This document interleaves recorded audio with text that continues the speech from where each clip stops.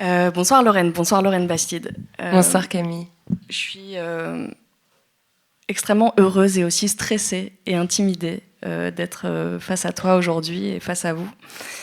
Pourquoi je suis stressée et intimidée? Parce que tu es l'une des premières personnes qui m'a montré la voie périlleuse mais ô combien joyeuse du féminisme dans ton podcast La Poudre.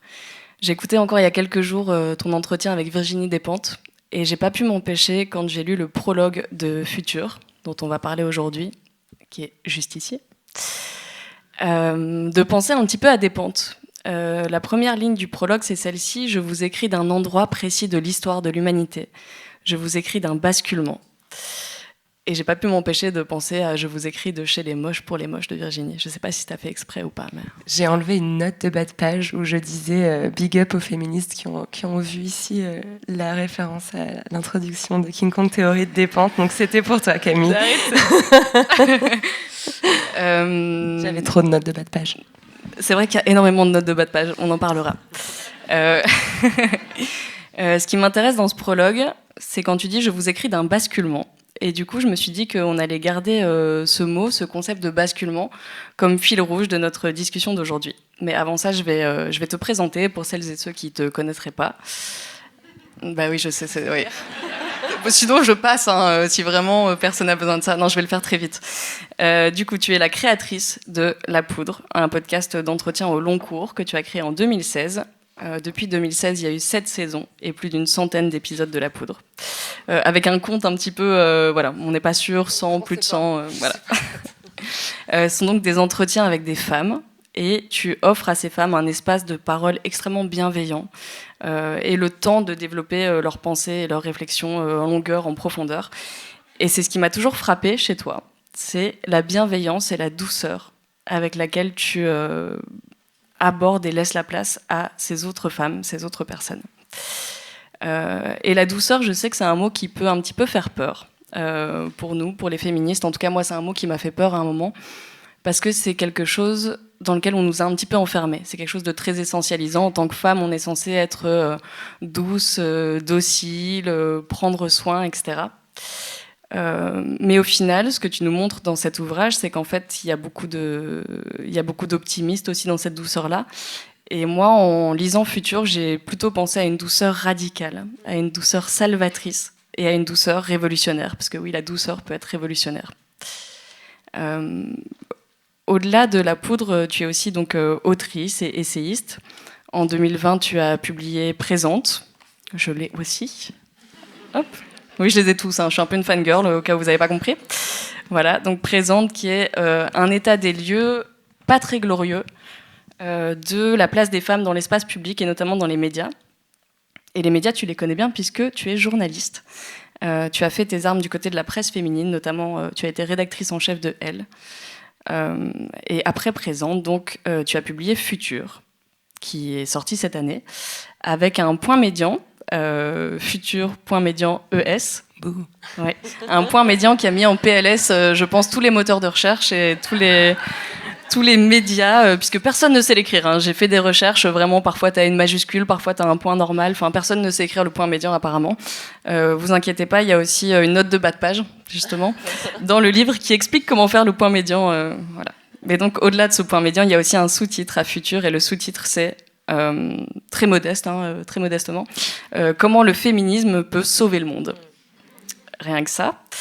Et donc moi ce livre, je l'ai vraiment pris comme une invitation, comme un guide et comme une main tendue pour nous aider à apprendre comment nous aimer différemment, comment travailler différemment, comment juger différemment, comment prendre soin différemment. C'est un livre qui nous rappelle que le féminisme englobe absolument tous les pans de la société. La famille, la sexualité, le travail, le logement, l'argent, la santé et la nature. Et il y a une autre phrase que je voudrais souligner, qui est tirée de Futur, qui est « Le féminisme est un programme de renversement ayant pour ambition de transformer la société globalement ». Je pense que ça résume très bien l'ouvrage. Je passe à ma deuxième feuille. J'ai énormément de feuilles parce que voilà, ça rassure en fait quand on est face à quelqu'un qui nous impressionne. C'est donc un livre Futur qui imagine le futur, mais un futur qui est déjà en partie là. On en discutera. Donc Lorraine, déjà merci d'avoir répondu présente. Bon, il fallait que je la fasse, j'étais obligée. Merci d'avoir répondu présente à l'invitation. Est-ce que tu es prête? Est-ce qu'on peut se lancer? Je suis tout à fait prête. Merci pour l'introduction, Camille. Merci infiniment. Avec grand plaisir. Donc Lorraine, tu n'es pas la première personne à avoir, la première autrice féministe à avoir imaginé le futur. Tu les cites d'ailleurs, elles sont.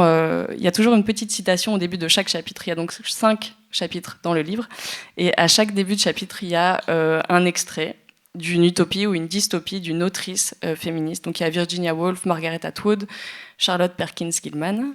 Donc je voulais te poser cette première question. En quoi est-ce un acte féministe d'imaginer le futur? C'est un geste politique en soi, d'imaginer le futur. Et d'ailleurs, au fil de la promotion de Futur, à force d'échanger avec des journalistes, des podcasteuses, des lectrices, je me suis rendu compte que finalement, le mot futur, il pouvait être complètement synonyme de politique. Finalement, tout programme politique, toute proposition pour la société est une proposition pour le futur. On est, je crois, si je suis bien renseignée, un peu entre féministes ici, et je pense qu'on est tous en train de se battre, en fait, de lutter, de militer pour proposer un futur différent aux générations qui viendront après les nôtres. Donc voilà, je pense que déjà penser le futur, c'est un geste extrêmement politique en soi. Et il se trouve que les féministes s'en sont emparées très tôt dans l'histoire. La Cité des Dames de Christine de Pisan, qui est quand même la première utopie de l'histoire de la littérature française, c'est déjà une projection futuriste. Elle est déjà en train d'imaginer à quoi pourrait ressembler une cité dans laquelle les femmes ne seraient pas opprimées. 1415, hein, bon, on en est toujours là. Mais c'est aussi parfois quand on utilise la dystopie comme Margaret Atwood, c'est une façon aussi de mettre en garde, et c'est assez glaçant d'ailleurs, parce que Margaret Atwood, donc qui a écrit La Servante écarlate, que vous avez peut-être lu ou peut-être vu sous forme de série, imagine elle un futur très sombre où les femmes ont été complètement privées de leurs droits reproductifs, où le viol et la règle, très différent d'aujourd'hui. Et en fait, ce qui est terrible, c'est quand on demande à Margaret Atwood comment elle a imaginé La Servante écarlate, comment elle a pu imaginer un futur si sombre et si cauchemardesque, elle répond: mais je n'ai eu qu'à allumer la télé et à regarder les livres d'histoire, parce que tout ce que je raconte, en fait, dans ce futur que j'imagine supposément, sont des actes et des faits qui ont déjà été imposés aux femmes dans d'autres temps et dans d'autres lieux. Donc voilà, en fait, rêver, alerter, c'est peut-être une façon, disons, littéraire de faire de la politique. On parlait de basculement dans l'introduction. Le premier basculement dont j'aimerais qu'on parle, c'est le basculement du journalisme à la littérature. Il y a un glissement pour moi avec Futur du statut de journaliste au statut d'écrivaine. C'est un ouvrage qui est très fort ancré dans la littérature de par l'ouverture de ses chapitres, de par toutes les notes de bas de page dont on parlait. Et moi, je voulais te poser cette question.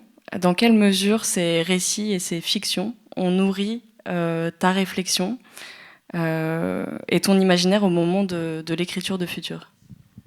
En tout cas, je suis honorée que tu m'octroies ce titre d'écrivaine et que tu parles de ce basculement. Et même si je suis un peu timide et que je continue à dire non, je me considère avant tout comme journaliste, de plus en plus en moi, il y a une petite voix qui fait: vas-y, t'es écrivaine, quoi. T'as écrit un bouquin.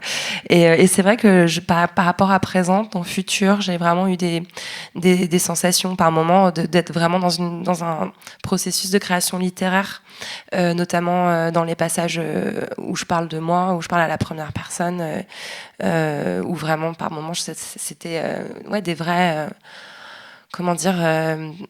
des vrais flashs d'inspiration qui me venaient, où j'étais pas simplement en train de restituer des faits ou de donner des chiffres ou d'alerter ou d'informer, d'expliquer comme j'aime le faire et comme je l'ai toujours fait, mais un peu de créer, en fait.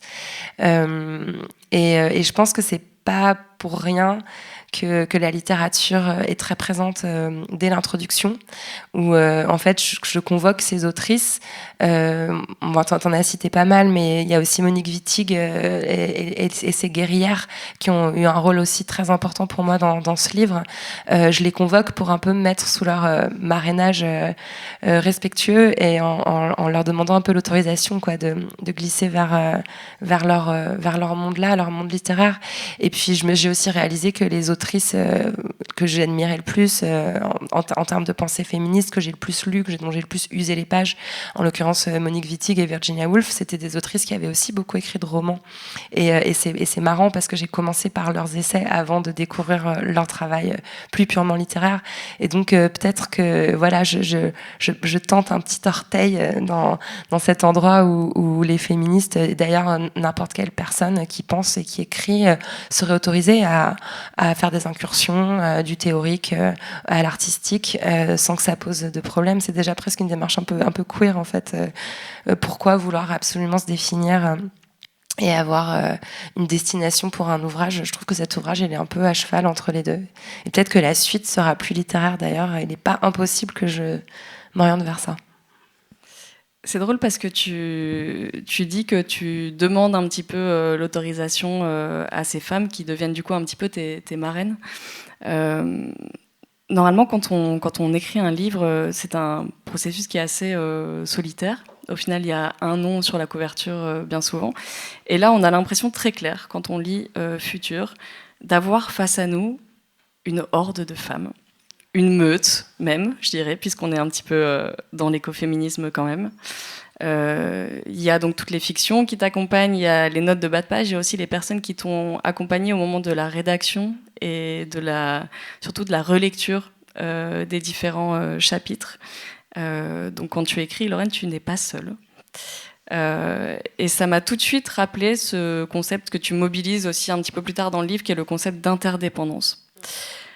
Tu imagines un futur dans lequel on est tous et toutes interdépendants, un futur éminemment collectif. Est-ce que tu veux nous en parler un petit peu ? Oui, avec grand plaisir. Cette notion d'interdépendance, plus j'avance, plus elle me semble en fait fondamentale dans ce qu'on cherche à faire politiquement. La réalité, c'est pas que j'imagine un futur où on serait tous et toutes interdépendants, parce que nous le sommes déjà. Nous le sommes déjà fondamentalement. Moi, j'imagine un futur où, en fait, on aurait conscience de ces interdépendances, où on les nommerait, où on les traiterait comme les objets politiques qu'elles doivent être. Et malheureusement, dans la société actuelle, on est dans une société très individuelle à plein de niveaux.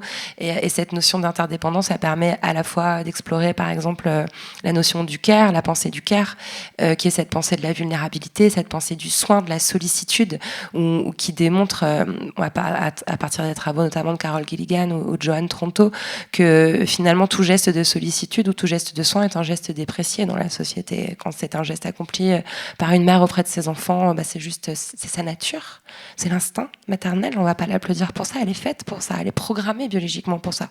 Mais quand c'est un geste accompli par une personne qui s'occupe de personnes malades, de personnes âgées, ou du nettoyage d'un espace, c'est des gestes qui vont être payés rien du tout.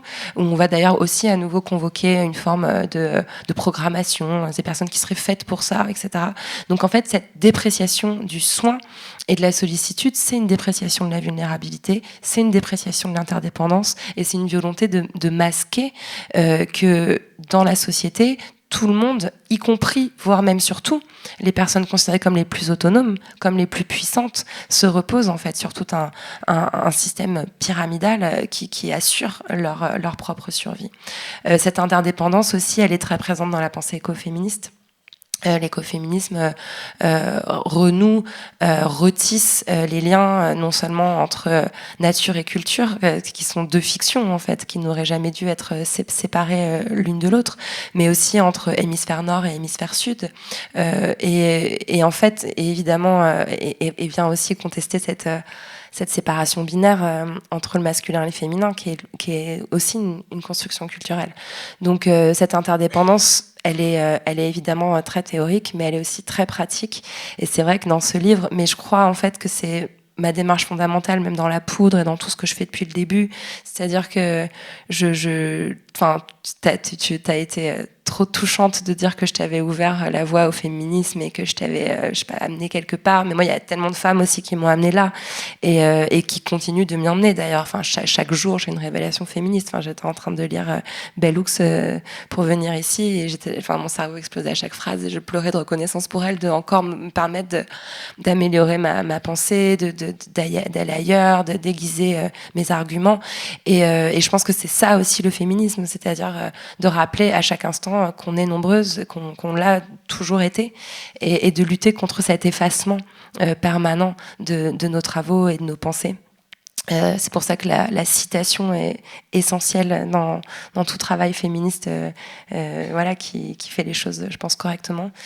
Et tu fais allusion au remerciement à la fin, et ça c'est aussi super important pour moi. Il y a des chercheuses contemporaines comme Sandra Logier qui pense le care, comme Gwenola Ricordo qui pense la justice réparatrice, comme Geneviève Pruvost, une grande penseuse de l'écoféminisme. Et j'ai eu la chance d'avoir non seulement pu bénéficier de leurs éclairages à travers leurs ouvrages ou les interviews que j'ai pu faire d'elles, mais aussi de leur soutien pendant l'écriture, de leur relecture.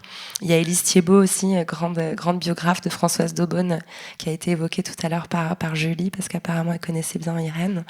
Et bref, tous ces soutiens, ils sont précieux, et je pense que c'est aussi ce qui fait la force du livre et ce qui fait que j'arrive en confiance avec ce texte.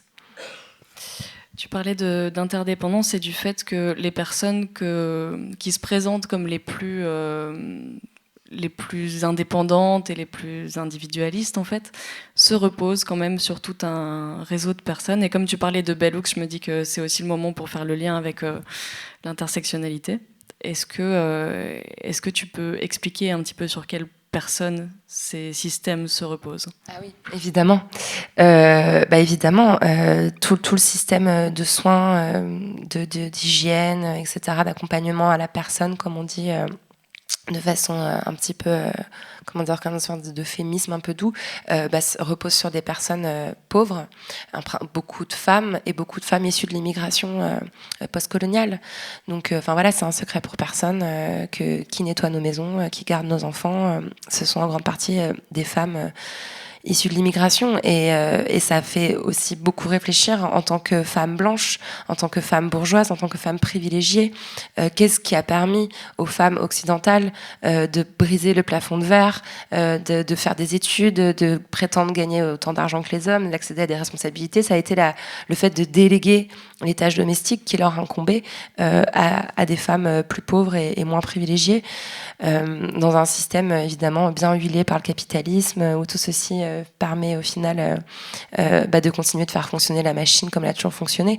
Et ça, c'est intéressant, c'est-à-dire quand on se penche sur ce simple geste de déléguer la garde de nos enfants à des familles pauvres issues de l'immigration, on voit... c'est un objet d'étude féministe infini, c'est-à-dire que c'est étonnant. Pour que les femmes puissent aller travailler, on n'a pas pensé une seconde qu'il y avait potentiellement un père qui pouvait soulager ces femmes de cette charge. Non, il a fallu qu'on les délègue à d'autres femmes, dont on va s'assurer qu'elles seront d'ailleurs très mal payées et dans des situations précaires. Et ça, c'est Caroline Ibos, qui est une sociologue qui a travaillé sur cette question. Et c'est important de le dire. Et on n'est pas en train de diaboliser. Enfin, moi-même, j'ai eu recours à ce système. Moi-même, j'ai des enfants et je suis là. Mais simplement, voilà, ça montre en fait à quel point les questions féministes sont interconnectées à des questions qui relèvent du droit du travail, qui relèvent des flux migratoires, qui relèvent de la façon dont on va échelonner les valeurs dans la société. Et ça montre bien ce que tu rappelais dans ton introduction, c'est que le féminisme permet de penser le monde dans son ensemble, et pas que la vie des femmes. Je suis partie du principe ici que tout le monde savait ce qu'était l'intersectionnalité, ce qui est une grave erreur de ma part, donc je vais quand même le rappeler. Donc l'intersectionnalité, c'est le croisement de plusieurs discriminations, principalement les discriminations de genre, de race et de classe. Voilà, comme ça la rectification est faite. À aucun moment dans ton ouvrage tu ne cites le mot d'intersectionnalité, que je crois savoir que tu penses que c'est peut-être un concept un peu justement trop théorique ou trop pompeux, en tout cas le mot en lui-même, mais par contre tu fais l'intersectionnalité dans tout ton ouvrage. C'est-à-dire que tu n'utilises pas le mot, mais par contre, très régulièrement, tu changes de point de vue, tu prends du recul et tu dis, voilà, ma position, c'est ça. Mais par contre, il ne faut pas oublier que derrière, il y a des personnes qui vivent d'autres réalités. Et je trouve que tu le fais très bien, en fait. Donc, merci Camille. C'est vrai qu'en plus, en t'écoutant, je me suis rappelé que dans une première version de l'introduction, parce que pour le coup, le mot intersectionnalité est martelé dans Présente à de nombreuses reprises, et j'avais fait dans l'introduction un petit rappel. Pour rappel, je suis toujours favorable à une lecture intersectionnelle du monde. Je considère qu'il est très important de regarder les choses par le prisme du genre, mais aussi de la race, de la classe, du handicap, etc. Après, j'étais là, mais en fait, j'ai pas besoin de le dire. J'ai pas besoin de me justifier, j'ai pas besoin de le faire. Enfin, j'ai pas besoin de le préciser. Je n'ai qu'à le faire, en fait. Parce que de toute façon, fondamentalement, c'est ainsi que le monde doit être décrit. Sinon, c'est une vision biaisée du monde. Et finalement, j'ai fini par enlever ce paragraphe parce que je me suis dit que j'allais simplement l'appliquer. Et puis aussi, enfin, je sais pas comment c'est en Belgique, mais en tout cas en France, c'est un mot qui hérisse le poil, qui est très mal compris. Mais vous voulez mettre des étiquettes aux gens? Non, je veux simplement nommer des réalités. Et donc j'ai décidé de pas l'utiliser. Mais évidemment, merci Kimberly Crenshaw, la juriste américaine, qui est la première à avoir observé la nécessité de cet outil pour pouvoir décrire correctement la situation de certaines femmes dans la société américaine. Merci beaucoup pour ça. Je voulais retourner à cette idée du basculement entre le journalisme et la littérature, et à ton statut d'écrivaine. Un écrivain ou une écrivaine, quand on la reçoit, on lui parle aussi de ses processus d'écriture, de son processus d'écriture. Et du coup, je me suis posé la question de où, quand et comment tu avais écrit Futur. Est-ce que tu peux essayer de te remettre un petit peu dans ces conditions-là et de nous décrire de la manière la plus concrète possible comment tu as écrit cet ouvrage? Ok. Alors, c'est intéressant comme question, tu as raison, c'est très important en fait, parce que comment écrire, c'est une question fondamentale quand on veut écrire. Il y a vraiment des questions pratiques qui se posent en termes de temps, en termes d'espace. Alors là, je l'ai écrit un peu en deux parties. J'ai mis du temps à écrire Futur, ça a été long, autant présenter un peu jailli comme ça. Il y a eu la première partie, c'était à l'été, donc on est en quelle année? 2022, donc été 2021, où j'ai écrit la partie sur le genre et la partie sur la sexualité, et en particulier l'hétérosexualité. J'étais chez moi, dans ma maison, c'était les vacances scolaires. J'avais donc mes enfants avec moi et j'avais demandé à mes parents de venir chez moi garder mes enfants, afin que je puisse un peu avoir la paix. Donc c'est aussi intéressant, je trouve. Ça raconte beaucoup de choses, je pense, le fait que je sois allée appeler ma maman à la rescousse pour qu'elle fasse les repas et sépare mes enfants quand ils se battent. Voilà, je pense que ça a aussi créé quelque chose de très particulier dans ces deux chapitres, parce que ça faisait longtemps, je suis une grande fille de 42 ans maintenant, j'avais pas cohabité avec mes parents depuis assez longtemps. Et ça m'a en fait obligée, je crois, de façon complètement inconsciente, à beaucoup parler de mes parents, beaucoup parler de ma mère dans ces deux chapitres. Ça m'a poussée à réfléchir à ma propre enfance, aussi à ma propre construction de genre, à la façon dont je percevais quand j'étais petite le travail de ma mère. En fait, je pense que ça a été assez riche et assez déterminant dans mon écriture.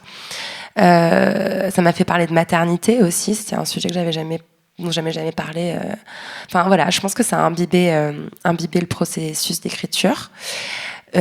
Voilà, à la fin du chapitre 2, je dis que l'hétérosexualité en fait a un outil principal de domination qui est le viol.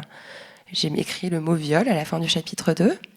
Et je devais me lancer dans le chapitre 3 où j'allais parler donc de violences sexuelles et de MeToo. Et là, j'ai fait un refus d'obstacle. Et je me suis arrêtée d'écrire pendant 6 mois. Je ne pouvais pas, j'y arrivais pas, je bloquais complètement. C'était l'endroit où je voulais pas aller, parce que je savais que j'allais parler de violences sexuelles en règle générale, mais aussi de celles que j'avais pu subir moi-même. Je savais que je voulais parler de justice réparatrice, et que parler de cette justice-là, ça m'obligerait à me pencher sur ma propre histoire, mon propre rapport à la justice, mon propre rapport à la réparation, à la vengeance, et que ça allait encore chercher dans des endroits très traumatiques de mon parcours. Et je savais exactement ce que je voulais écrire, et voilà, et mon corps m'a dit « Eh ben non, tu ne vas pas l'écrire ». Et c'était fou. Mais c'était vraiment physique, c'est-à-dire que je mettais à mon ordinateur et vous connaissez tous ces systèmes de procrastination où d'un seul coup il y a un post Instagram fascinant à regarder et puis en fait il y en a 25 et 4 heures ont passé et on ne sait pas ce qu'on a fait, ou d'un seul coup on a très envie de remplir sa feuille d'impôt maintenant parce que le temps passe et, et on a d'un seul coup le temps de faire un coloriage avec son enfant. Enfin bref, je trouvais tout un tas de façons de me détourner de la nécessité de continuer d'écrire ce livre. Et quand je voulais m'y mettre, d'un seul coup j'avais mal au dos, j'avais mal aux yeux, ma table était vraiment beaucoup trop basse, ma chaise beaucoup trop haute, mon ordi beaucoup trop vieux. Enfin bon, je ne voulais pas y aller. Et ça m'a pris beaucoup de temps. De l'accepter, et en fait ce qui m'a débloqué c'est le jour où j'ai dit tiens, si je commençais par raconter ce blocage, parce que ce blocage je pense qu'il est très révélateur. En fait c'est un blocage, je pense que énormément de personnes qui ont été victimes de violences sexuelles connaissent, rencontrent pas forcément consciemment. Quand il est question d'en parler, c'est pour cette raison qu'on met des trigger warnings à chaque fois que dans un podcast ou dans un livre on parle de viol, et on a raison de le faire parce que évidemment quand on rencontre des évocations de ces violences et qu'on en a subi, ça déclenche un tas de mécanismes de défense. Donc voilà, en commençant par décrire ce blocage, j'ai débloqué et le reste a coulé de soi. Après avoir fini ce chapitre avec ma sueur, mon sang, mes larmes, vraiment, genre très, très concrètement, le chapitre sur le care et sur l'écoféminisme qui ont suivi, c'était un peu des balades de santé. Et j'ai aussi une amie qui m'a accompagnée. Très important de le dire, c'est encore Élise Thibault, encore la biographe de Françoise Daubonne, entre autres textes merveilleux qu'elle a pu écrire, qui m'a un peu coachée justement sur la dernière partie, à partir du chapitre 3, quand je commençais à vraiment galérer. On se faisait un rendez-vous Zoom toutes les semaines, parce qu'elle habite en Camargue, et on se faisait un petit Zoom le mercredi soir. Parfois on se servait un petit verre de vin, c'est ça si j'étais contente de moi. Sinon je fumais 8000 clopes en buvant de la tisane à la camomille pour essayer de me calmer. Et en fait il y avait ce rendez-vous où je pouvais pas y couper. Si j'avais avancé c'était cool, et je lui montrais ce que j'avais fait, je lui disais mes passages, je lui envoyais mes textes et elle me disait super, avance. Et si j'avais pas avancé, je lui disais, je pleurais, je disais j'ai pas avancé, elle me disait c'est super, avance. Et c'est comme ça que j'ai avancé. Et ça m'a, je pense, protégée d'une tentation qu'on peut avoir aussi de toujours aller retriturer ce qu'on a fait avant. On a envie de revenir en arrière. Et elle m'a obligée à toujours, en fait, viser la fin du livre. Et c'est vrai qu'une fois que j'étais arrivée au bout, le fait de rééditer et de repasser dans mon texte pour couper des notes de bas de page ou mes justifications sur l'intersectionnalité, ça allait de soi, et c'était mieux. Merci pour cette petite plongée dans l'intimité. Merci d'avoir posé la question, parce que c'est vrai que le making-of, on l'a pas souvent sur les livres. Écoute, je suis ravie. Il y a un ouvrage qui revient souvent dans Futur, qui s'appelle Le papier peint jaune. C'est un ouvrage qui a été écrit par Charlotte Perkins-Gilman. Je ne vais pas vous faire toute l'histoire parce que Lorraine, tu la racontes beaucoup mieux que moi dans Futur, donc je vous laisse le plaisir de découvrir aussi le bouquin. L'idée, c'est pas de faire un résumé de tout l'ouvrage ici. Mais où est-ce que je veux en venir ? C'est que dans Le papier peint jaune, c'est en fait l'histoire d'une femme à laquelle on impose le repos et qui n'a pas le droit d'écrire, et qui pourtant le fait. Et moi, ça m'a rappelé aussi Annie Ernaux. Je ne sais pas si vous avez vu ce super documentaire sur Arte, Mes années Super 8. Annie Ernaux écrivait, elle aussi, Annie Ernaux qui est par ailleurs une des plus grandes autrices de tous les temps, écrivait elle aussi en cachette. Ça m'a rappelé que l'écriture était en fait quelque chose qui n'était pas dû et était plutôt de l'ordre du privilège. Toutes les femmes n'ont pas le droit, la possibilité d'écrire. Toutes les femmes n'ont pas accès à la parole, aux médias, aux maisons d'édition. Pour ça, il faut avoir les codes. Et Lorraine, ces codes, tu les as. Est-ce que tu as développé volontairement, en partie, cette image et ces codes pour réussir à écrire et ensuite à faire passer tes idées auprès des médias, par exemple, plus grand public? Est-ce que tu as fait de l'entrisme, en fait? C'est ça, là. C'est intéressant. Ça s'est fait dans l'autre sens, me concernant. C'est ça qui est drôle. C'est que d'abord, je suis rentrée Puis j'étais bien, j'étais confortable, j'avais tout bien fait, j'avais fait Sciences Po, une école de journalisme, j'étais bonne élève, et je faisais des plans en 3 parties, 3 sous-parties. Et en fait, c'est une fois dedans que j'étais là genre, hey, c'est rance là-dedans. Et que je suis allée chercher les textes féministes qui m'ont permis de comprendre là où j'avais mis les pieds, et donc me donner envie de tout dynamiter de l'intérieur. Donc on m'a ouvert la porte en grand, on m'a déroulé un tapis rouge et tout. Si vous avez su. Donc non, dans mon cas, ça s'est pas tout à fait dans ce sens-là. Tu as tout à fait raison, en tout cas, de rappeler qu'écrire est un privilège. Que c'est aussi un sentiment de légitimité qu'il faut avoir, qu'il faut s'autoriser à avoir, et que j'avais certainement pas. Par exemple, quand j'ai lancé La Poudre, donc voilà, il y a 6-7 ans, jamais j'aurais imaginé que dans 6-7 ans, je serais sur une scène, dans une salle en Belgique, en train de me prétendre écrivaine, franchement. Et que La Poudre allait devenir l'une des plus grandes archives du féminisme d'aujourd'hui, comme le dit Virginie Despentes. Comme dit Virginie Despentes, j'avoue, pardon.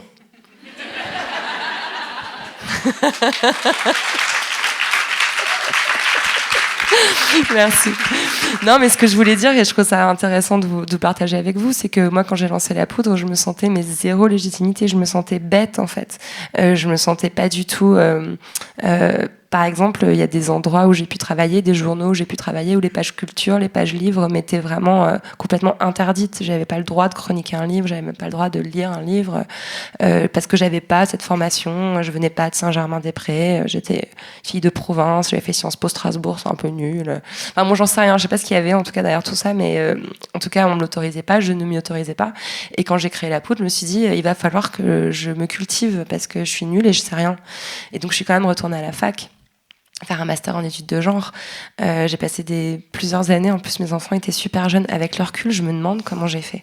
Franchement, je crois que je dormais vraiment pas beaucoup, et je me suis obligée à lire plein de livres parce que je me considérais inculte et inapte, et même La Poudre, c'était un geste de dire, moi qui suis si nulle, je donnais la parole à des femmes qui savent, qui vont venir me nourrir, et puis en passant, je vais nourrir les personnes qui m'écoutent.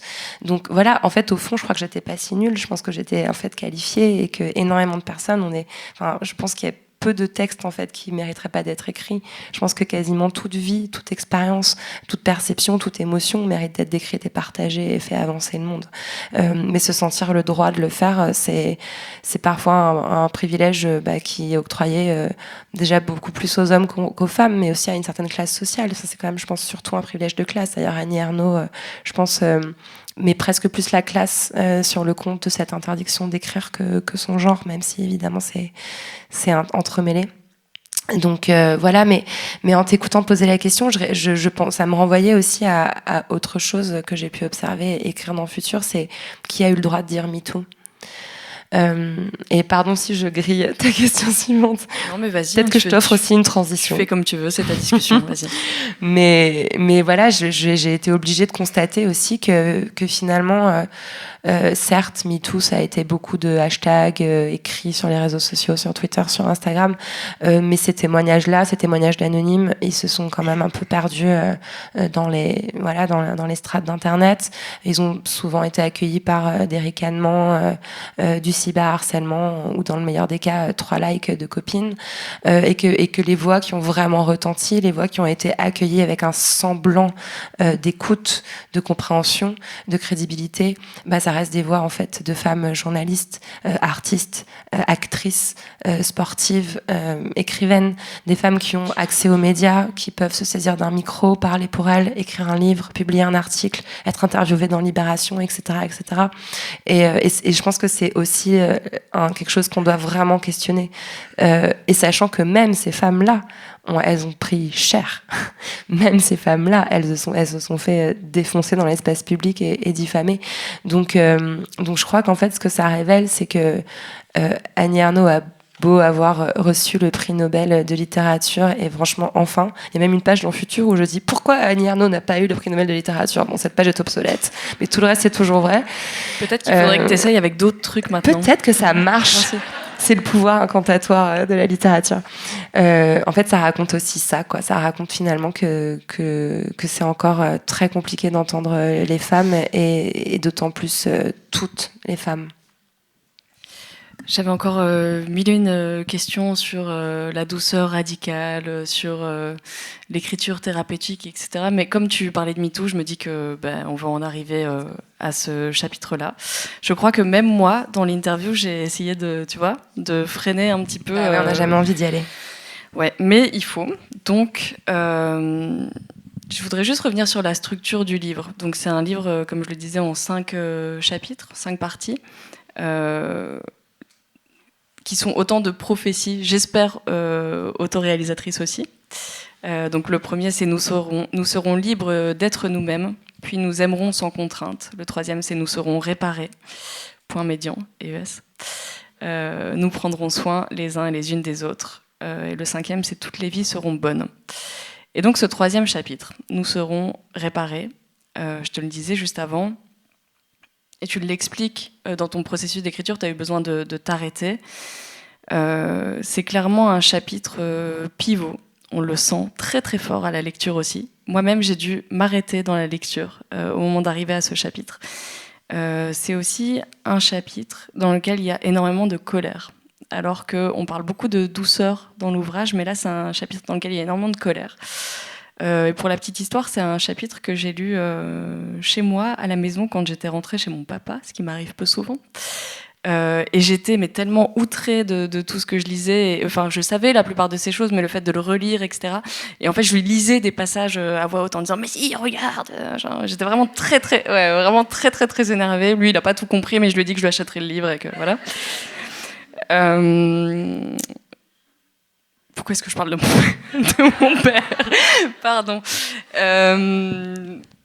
Est-ce qu'il y a effectivement beaucoup de colère dans ce chapitre? Je pense qu'il y a de la colère. Peut-être que la colère est le terreau de ce chapitre. Mais ce qui germe de ce chapitre, j'ai l'impression, corrige-moi, mais c'est pas forcément de la colère. En tout cas, je crois qu'il se termine sur une forme d'apaisement, sur une invitation à l'apaisement. Un apaisement qui est plus ou moins le mien aujourd'hui, sauf pour certaines personnes. Je vais pas les nommer, mais il y a encore vraiment des mecs, je peux pas. Mais bon. Fin de la parenthèse. Ils sont pas dans cette salle, a priori. Ils sont pas dans cette salle. De toute façon, on prend pas beaucoup de risques quand on voit l'assistance. Non, mais vraiment, il y a certains ministres de l'Intérieur, vraiment, j'y arrive pas, quoi. Toute la bienveillance du monde, genre, il y en a une nouvelle tous les jours. Et putain, c'est pas possible, quoi. J'essaye de nourrir une forme d'empathie universelle et toi, tu viens nous parler d'éco-terrorisme. Mec, pardon. Ah, attends, faut pas me parler d'Armanin, c'est moi qui en ai parlé toute seule. T'as vu comme je détourne le sujet encore une fois? Oui, de la colère, il y en a évidemment. Quand on parle de viol, il y a beaucoup de colère. Quand on parle de violence contre les femmes, il y a beaucoup de colère. Quand on parle de MeToo et quand on essaye de faire le bilan de ce qui a changé dans la société et qu'on se rend compte que pas grand-chose, il y a forcément de la colère aussi. Mais je pense qu'il y a aussi, je me suis sentie justement en devoir dans ce chapitre de dire et alors quoi, et après, et maintenant, qu'est-ce qu'on fait de tout ça, et je suggère de passer à l'étape d'après, ce qui est peut-être un peu périlleux, surtout que je viens de dire qu'on n'a pas entendu toutes les femmes, etc. Néanmoins, je pense que si on était dans une société qui fonctionne, là on en serait arrivé au stade que oui, en effet, le viol c'est partout et tout le temps. C'est tout le monde, ça concerne tout le monde. Ça concerne tout le monde, soit victime, soit auteur, soit témoin, soit co-victime. Enfin, je veux dire, il y a vraiment personne dont la vie ne croise pas à un moment donné la trajectoire du viol. Donc peut-être que maintenant, il faudrait réfléchir à comment faire pour réparer. Et quand je parle de réparation, je parle de la réparation des victimes. Indéniablement, aujourd'hui, j'ai toujours pas rencontré une victime qui a été véritablement réparée, ni par la justice, sachant que les violeurs ne vont pas en prison. Je sais pas comment c'est en Belgique, mais en France, c'est 0,60% des viols qui finissent par une condamnation pénale, ni par la parole médiatique ou littéraire, etc. Bien que, il faut quand même que je nuance, il me semble qu'il y a une forme de réparation qu'on s'est encore une fois bricolé entre nous, entre féministes, parce qu'on est avec ça, c'est qu'on a quand même trouvé une forme d'empathie et de sororité. dans cette prise de parole. Je pense qu'il y a beaucoup de femmes qui, malgré la violence qui s'est déchaînée contre elles, ont trouvé du réconfort dans le fait d'entendre d'autres femmes leur dire simplement « je te crois, je suis là, je sais ce que tu as traversé », mais c'est tout ce qu'on a eu. C'est quand même, je trouve, une maigre consolation, et c'est encore quelque chose qui repose sur notre sollicitude, sur notre soin, sur l'énergie qu'on a dû déployer pour aller soutenir nos sœurs. Et on sait que, d'ailleurs, beaucoup de personnes écoutantes dans les structures de d'associations d'accueil aux victimes finissent par elles-mêmes être en burn-out ou en dépression, parce que c'est très très douloureux de recueillir des témoignages de violence. Donc voilà, il faut qu'on aille à l'étape suivante, il faut qu'on aille à la réparation, mais on n'y est pas encore. Et c'est là qu'on est vraiment dans l'utopie, un petit peu, parce que je crois qu'on est très loin d'envisager les choses comme ça. Ce chapitre 3, c'est un chapitre pivot, mais c'est aussi un chapitre qui, pour moi, va marquer l'histoire du féminisme en France. Et je vais t'expliquer pourquoi tout de suite. Oui, rien que ça. Pourquoi ? Parce que c'est un chapitre qui, à mon avis, dis-moi si je me trompe, n'a pas été facile à écrire. Bon, déjà ça, tu l'as déjà dit, mais aussi pour une deuxième raison, qui est que tu prends des risques. Tu ne brosses pas tout le monde dans le sens du poil, et pas toutes les féministes et pas toutes les femmes non plus. Il y a deux choses que tu dis dans ce chapitre sur lesquelles j'aimerais qu'on revienne. Tu en as déjà un petit peu parlé, en tout cas de la première. La première chose que tu dis, c'est « MeToo est un échec ». On est 5 ans après, et lire « MeToo est un échec », ça fait mal, c'est dur à admettre, et pourtant, après avoir lu tout ce que tu développais, j'ai compris pourquoi tu disais ça.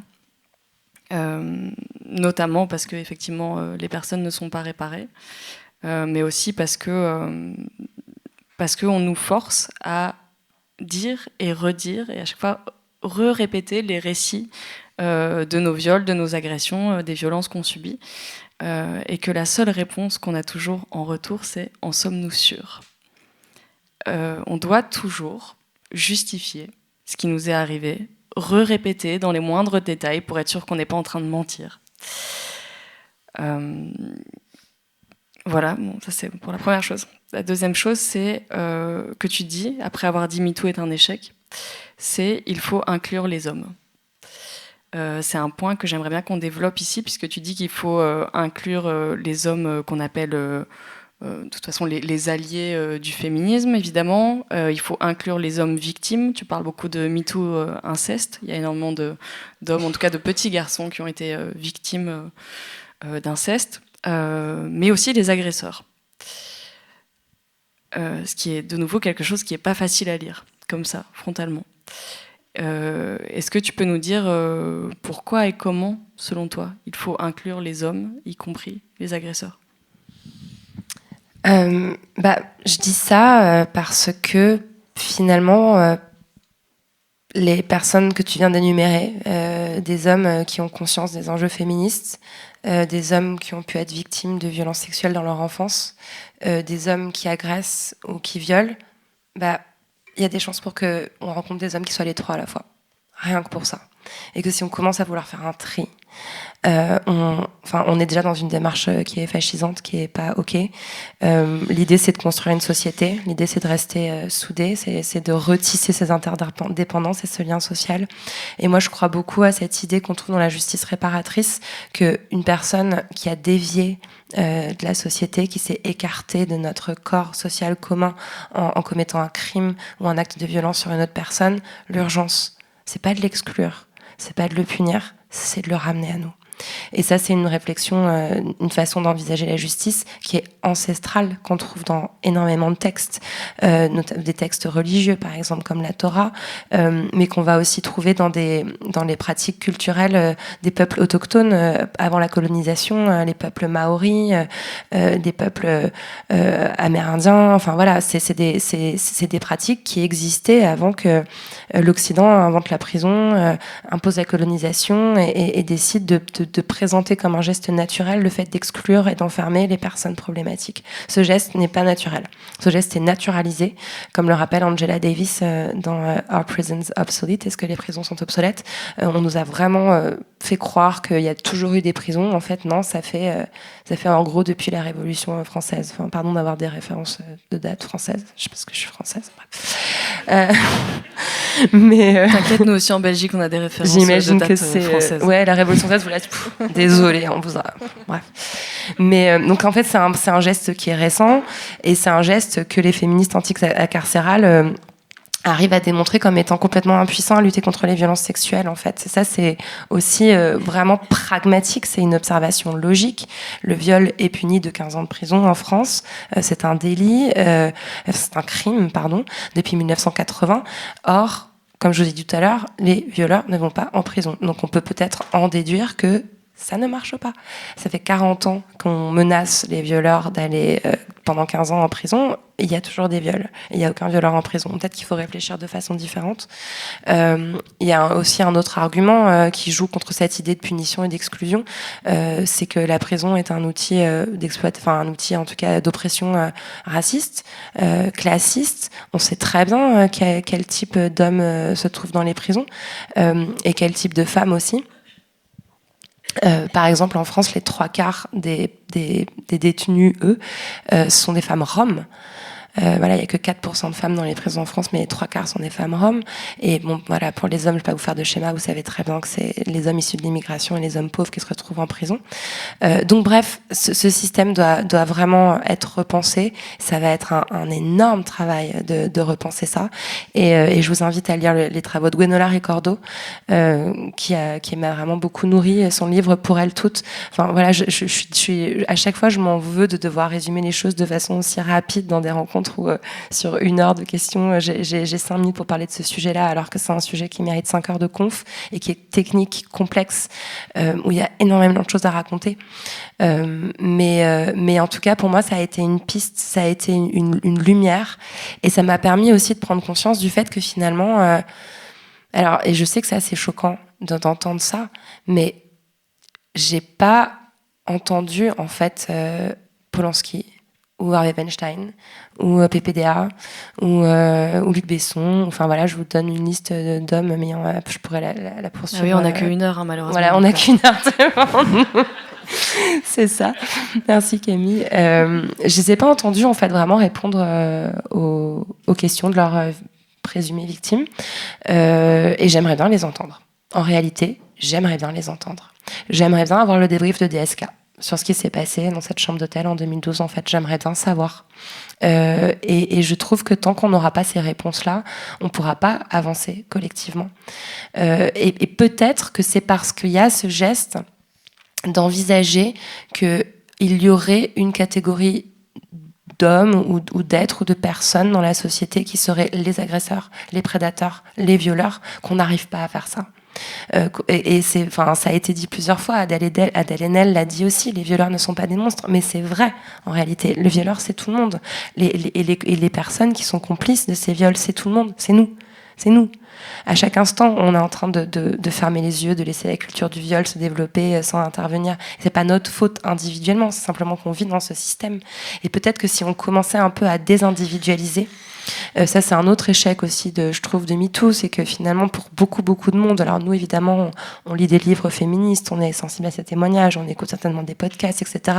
On a compris que c'était systémique, mais je pense que pour une grande partie du grand public, MeToo c'est une succession de scandales médiatiques, c'est une succession de mecs dégueulasses dans les médias, à la télé, au cinéma, etc. Mais c'est pas ça le viol, c'est partout et tout le temps. Donc voilà, moi dans mon rêve, dans mon utopie féministe, je propose qu'on en parle véritablement tous et toutes ensemble, et qu'on arrive à faire s'effondrer ces murs là et à comprendre que c'est quelque chose qu'on fait collectivement et qu'on doit arrêter de faire collectivement. J'aurais envie qu'on parle encore pendant très longtemps de ce chapitre 3, mais j'ai aussi envie qu'on parle de la suite de l'ouvrage pour apporter non pas de la légèreté, parce qu'il ne s'agit pas d'apporter de la légèreté à tout prix, mais en tout cas apporter des solutions, des pistes de solutions.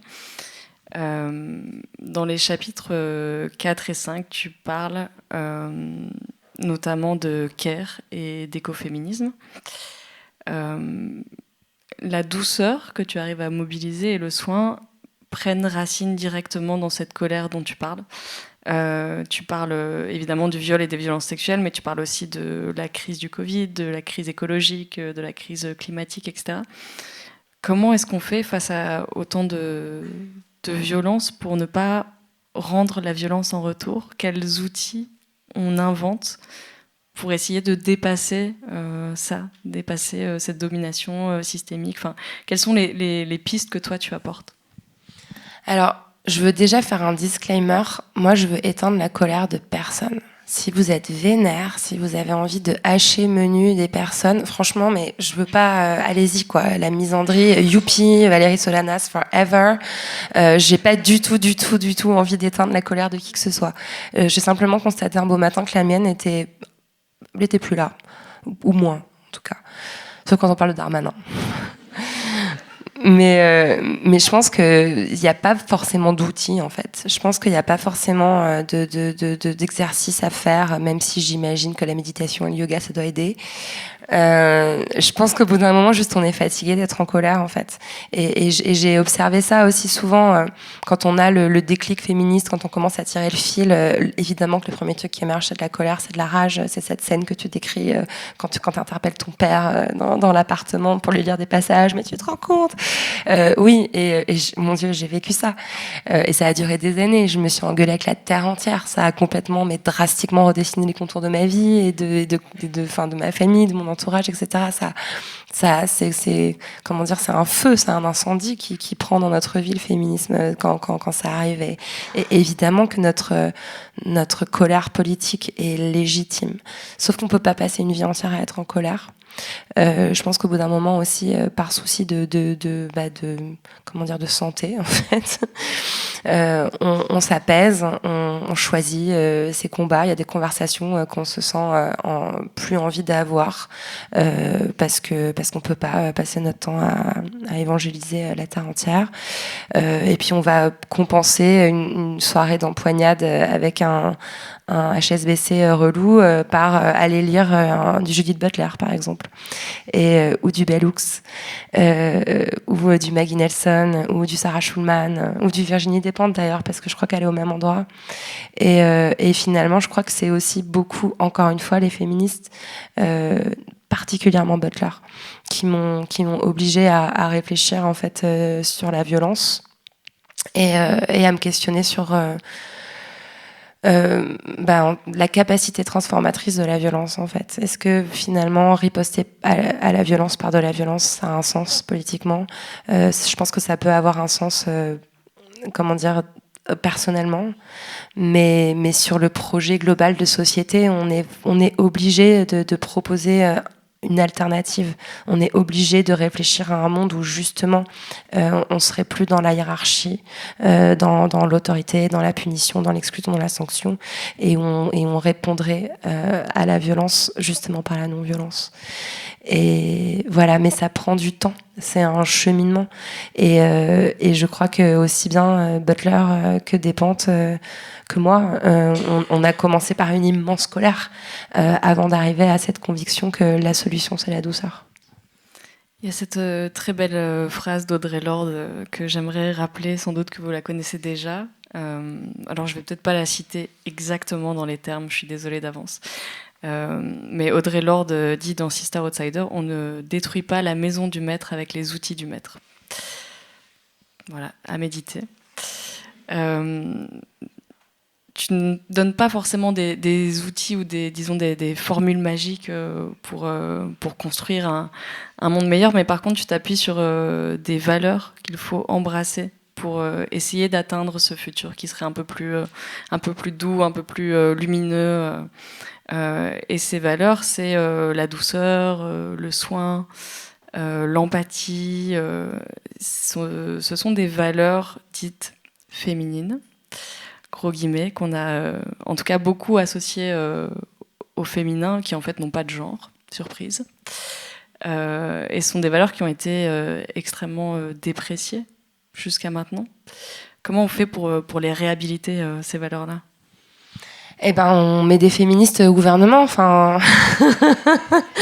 c'est ça aussi que je propose dans le livre. C'est-à-dire que tous ces outils-là, enfin, je vous parlais de la pensée du Caire tout à l'heure ou de la pensée écoféministe. Enfin, il y a déjà tellement de textes qui démontrent la faculté transformative de cette pensée.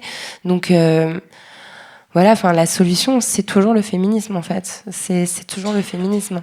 C'est toujours arriver à déconstruire cette idée que ce serait des valeurs féminines, à déconstruire cette idée que ce serait des valeurs biologiquement ou naturellement présentes chez les femmes, alors que certes elles sont présentes chez les femmes, mais culturellement, éducativement, on nous apprend à être douce et polie et maternante et gentille.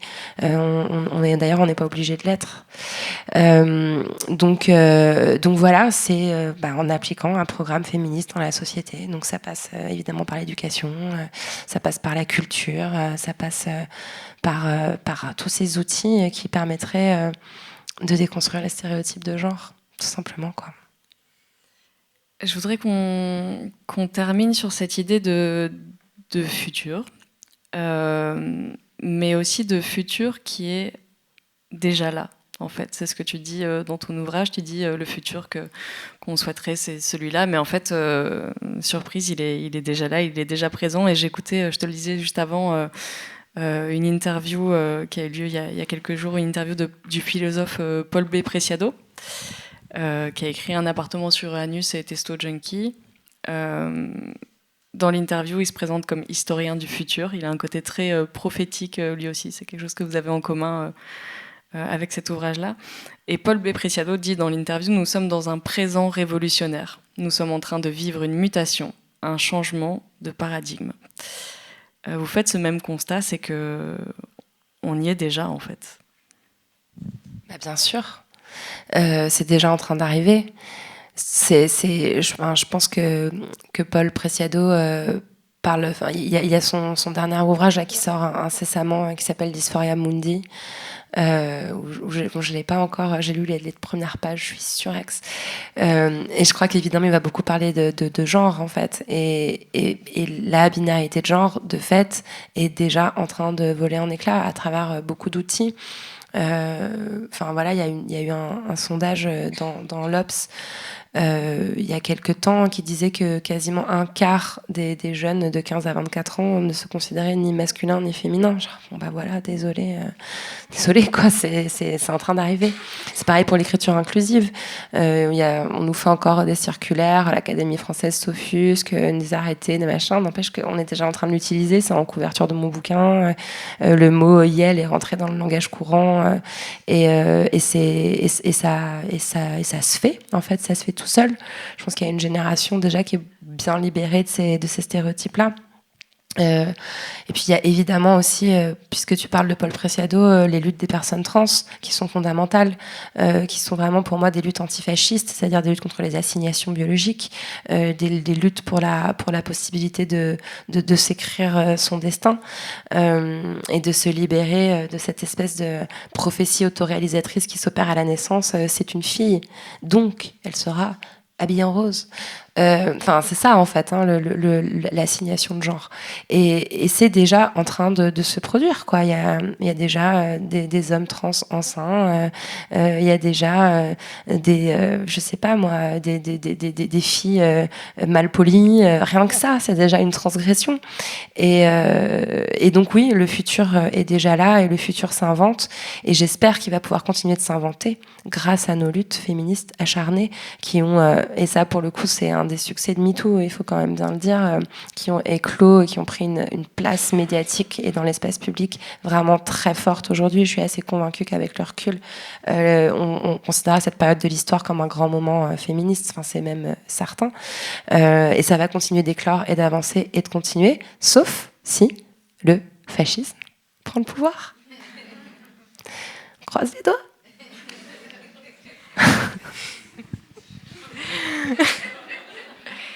Ça va quand même pas être le mot de la fin, ça, tu rigoles ou quoi? Je C'est la conclusion de mon livre. Une incroyable discussion d'1 heure et tu vas terminer sur le fascisme. C'est hors de question. Tu trouves autre chose. Je suis pas d'accord. Pardon, moi je te laisse, je sais pas, ouvre. Bah super, merci beaucoup. C'est la pression qui redescend un peu. Bon, merci beaucoup Lorraine. Merci Lorraine Merci Bastide. à toi Camille, c'était un plaisir d'échanger avec toi, vraiment, infiniment. Merci beaucoup.